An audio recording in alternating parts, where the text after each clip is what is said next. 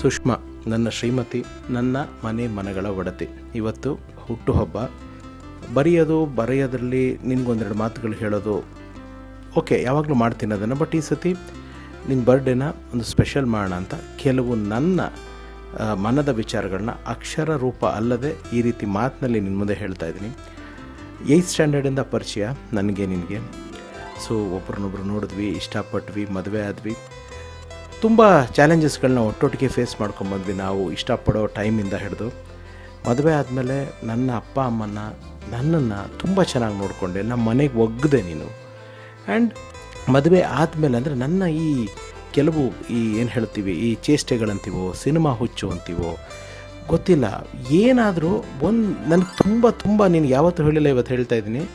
ತುಂಬ ನನಗೆ ನಿನ್ನ ಮೇಲೆ ಗೌರವ ಬರೋದಕ್ಕೆ ಕಾರಣ, ಯಾವತ್ತು ಇದ್ಯಾಕೆ ಮಾಡ್ತೀಯಾ, ಅದ್ಯಾಕೆ ಮಾಡ್ತೀಯಾ, ಸಿನಿಮಾಗೆ ಯಾಕೆ ಹೋಗ್ತೀಯಾ, ಬಿಟ್ಬಿಟ್ಟು ಕೆಲಸ ಏನಾರು ಮಾಡ್ಕೊಂಡು ಕೂತ್ಕೋಬೋದಲ್ಲ ಅಂತ ನೀನು ಯಾವತ್ತೂ ಕೇಳಲಿಲ್ಲ. ಯಾವಾಗಲೂ ಕೋಪ ಬಂದಾಗ, ಜಗಳ ಆಡಿದಾಗ ಹೇಳಿದೆಯಾ ಬೇಕಿತ್ತ ನಿನಗೆ ಇದನ್ನೆಲ್ಲ ಅಂತ. But on A serious note, ನಾವು ಯಾವಾಗ ಒಂದು ಪ್ರಾಜೆಕ್ಟು ಒಂದು ಇದು ಮಾಡಬೇಕು ಅಂದಾಗ ನಿನಗೆ ಬೇಕಾ ಇದು ಅಂತ ಯಾವತ್ತೂ ಕೇಳಿಲ್ಲ.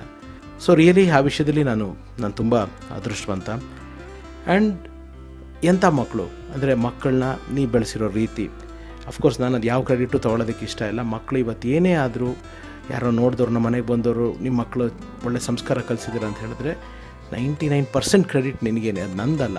ಆ ಮಕ್ಕಳ ಬೆಳವಣಿಗೆ, ಆ ಮಕ್ಕಳ ವಿದ್ಯೆ ಎಲ್ಲವುದಕ್ಕೂ ನೀನೇ ಕಾರಣ. ಆ್ಯಂಡ್ ನನಗೆ ಪರ್ಟಿಕ್ಯುಲರ್ಲಿ ನನ್ನ ತಾಯಿ ದೂರವಾದ ಮೇಲೆ, ಅಥವಾ ನನ್ನ ಜೊತೆ ನಾನು ನಂಬ್ಕೊಂಡಿದ್ದ ಕೆಲವು ದೊಡ್ಡವರು ದೊಡ್ಡವರು ಅನ್ನಿಸ್ಕೊಂಡವರಿಂದ ಅವಮಾನಗಳಾದಮೇಲೆ, ನಂಬ್ಕೊಂಡಿದ್ದ ಸ್ನೇಹಿತರಿಂದ ಹಿಂದೆ ಚೂರಿ ಹಾಕಿ ಬ್ಯಾಕ್ ಸ್ಟ್ಯಾಬ್ ಆದಮೇಲೆ, ನೀನು ಎಲ್ಲ ಅದೇ ನನಗೆ. ಬಹುಶಃ ಇದೆಲ್ಲ ಆದಮೇಲೆ ನಮ್ಮ ರಿಲೇಷನ್ ಮಚ್ ಮೋರ್ ಸ್ಟ್ರಾಂಗ್ ಆಯಿತು ಅನಿಸುತ್ತೆ. ಅಂದರೆ ಒಂದು ಫ್ರೆಂಡಾಗಿ, ಒಂದು ಹೆಂಡತಿಯಾಗಿ, ಇಬ್ಬರು ಗಂಡ ಹೆಂಡತಿ ಮಧ್ಯದಲ್ಲಿ ಒಂದು ಒಳ್ಳೆ ಫ್ರೆಂಡ್ಶಿಪ್ ಇರ್ಬೋದು, ಆದರೆ ಇಬ್ಬರು ಒಳ್ಳೆ ಫ್ರೆಂಡ್ಸು ಗಂಡ ಹೆಂಡತಿ ಆಗೋಕ್ಕಾಗಲ್ಲ. ಇದು ನಾನು ನನ್ನ ಸಿನಿಮಾದಲ್ಲೂ ಹೇಳಿದ್ದೆ, ನಮ್ಮ ವಿಷಯದಲ್ಲೂ ಹೇಳ್ತಾ ಇದ್ದೀನಿ.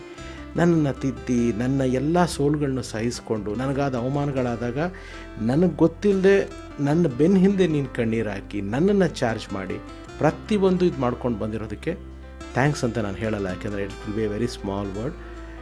ನನಗೆ ಅದಕ್ಕೇನು ಹೇಳಬೇಕು ಅನ್ನೋದು ನಿಜ ನನಗೆ ಗೊತ್ತಿಲ್ಲ. ನನಗೆ ಥ್ಯಾಂಕ್ಸ್ ಅಂತೂ ಹೇಳೋದಿಲ್ಲ ನಾನು.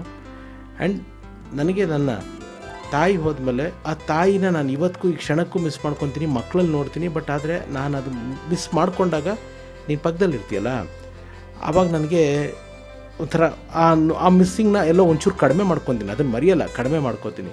ಆ್ಯಂಡ್ ನನ್ನ ಸಿನಿಮಾ ಹುಚ್ಚಾಟಗಳಿಗೆ ನಾನು ಯಾವಾಗಲೇ ಬಂದಾಗಲೂ ನನ್ನನ್ನು ಕೂಲ್ ಮಾಡಿ, ಕಂಪೋಸ್ ಮಾಡಿ, ರಿಯಾಲಿಟಿ ಏನು ಅಂತ ಹೇಳ್ಕೊಡ್ತೀಯ.